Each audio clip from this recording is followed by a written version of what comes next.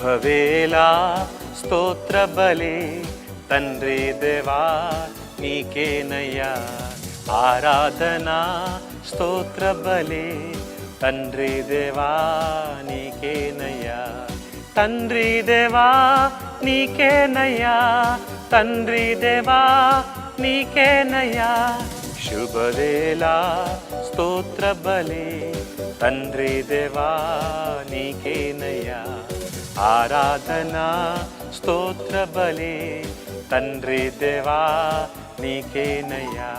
యోహాను సువార్త 1:12 తన్నెందరు అంగీకరించుదురో వారికందరికీ అనగా తన నామమందు విశ్వాసం ఉంచు వారికి దేవుని పిల్లలగుటకు ఆయన అధికారము అనుగ్రహించెను.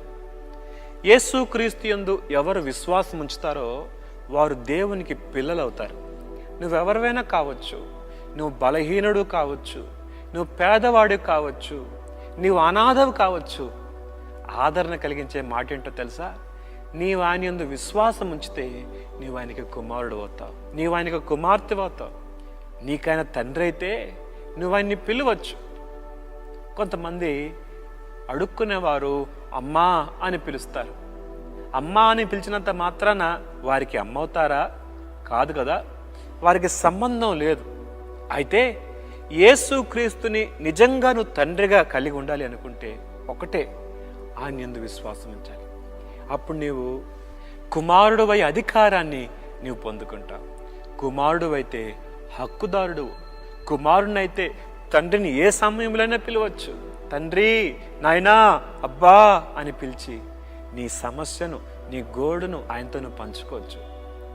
ఆయన నిన్ను గురించి ఆలోచించేవాడు, నిన్ను ప్రేమించేవాడు, నిన్ను ఆదరించేవాడు, నిన్ను అర్థం చేసుకునేవాడు.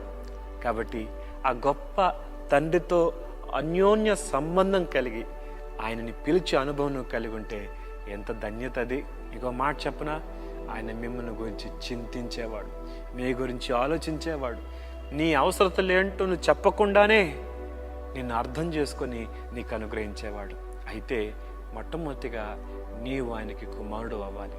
కుమారుడు అవ్వాలంటే ఆయన యందు విశ్వాసం ఉంచాలి. ప్రార్థన చేసుకుందాం. మహోన్నతుడకు దేవా, సర్వాధికారి నీకు స్తోత్రాలు. లోకంలో ఎవరికీ లేని ఆధిక్యత, దేవునికి కుమారులమయ్యే ఆధిక్యత మాకిచ్చావు. అందును బట్టి వందనాలు.